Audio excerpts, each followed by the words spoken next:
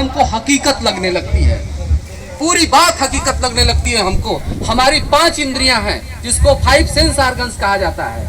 5 इंद्रियां होती हैं, वो पांचों इंद्रियां इस पर काम करती हैं।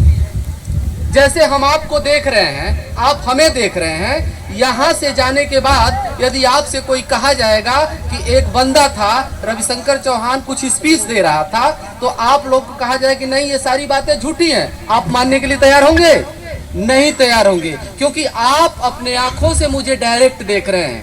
आपकी जो आंखें हैं एक इंद्रिय है महसूस करने वाली, उसी तरह से हमारी बात आपके कानों में जा रही है, तो ये भी एक इंद्रिय है। आप हमको सुन सकते हैं, आप हमको देख सकते हैं। आप यदि हमारे ऊपर कुछ सेंट छिड़का गया है तो सूंघ सकते हैं। मैं कुछ दूं तो आप खा सकते हैं, उसका स्वाद ले सकते हैं।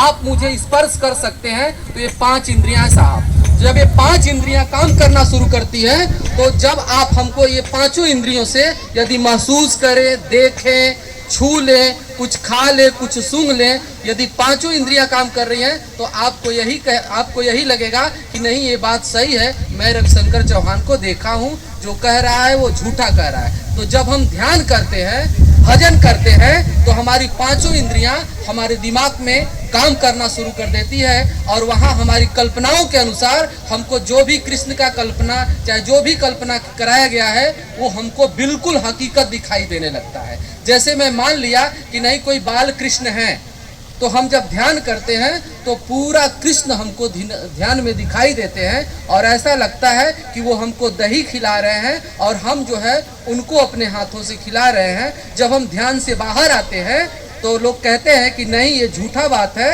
तो आप कहें कि नहीं उनके दही का स्वाद अभी भी मेरे मुंह में उसका स्वाद आ रहा है। तो आपको कोई कितना ही कहेगा, गर्दन काट देगा, लेकिन आपको विश्वास नहीं होगा क्योंकि आप जो है उस पर पांचों इंद्रिय आपकी काम की है।